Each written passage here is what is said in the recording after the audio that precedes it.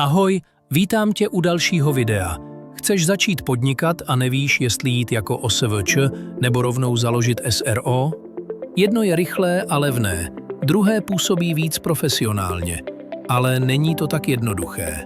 V tomhle videu ti bez keců vysvětlím, kdy se vyplatí OSVČ, kdy SRO a co je lepší přesně pro tebe. OSVČ znamená, že podnikáš jako fyzická osoba, prostě sám na sebe. Založení je jednoduché, levné a klidně to zvládneš za pár dní. Platíš si daně a odvody sám a ručíš za podnikání celým svým majetkem. Výhoda je, že máš méně papírování a nižší náklady na začátku. Nevýhoda je větší riziko a u vyšších příjmů i vyšší daně.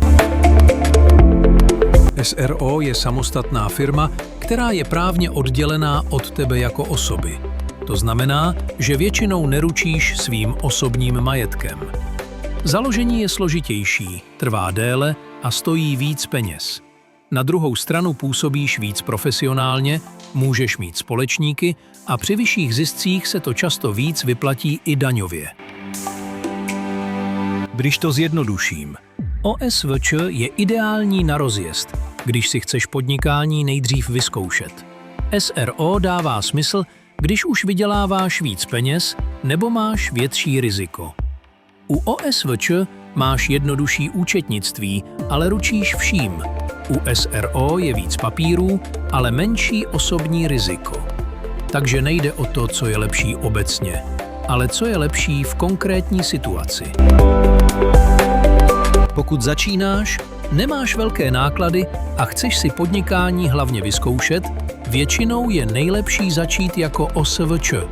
Jakmile ale začneš vydělávat víc, nebo máš podnikání, kde může vzniknout větší problém, pak už dává smysl přejít na SRO.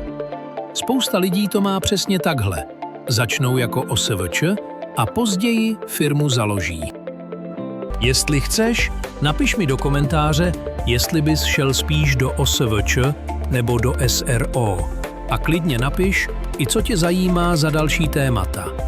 Pokud chceš další jednoduchá vysvětlení ze světa práce, peněz a podnikání, dej odběr a uvidíme se u dalšího videa.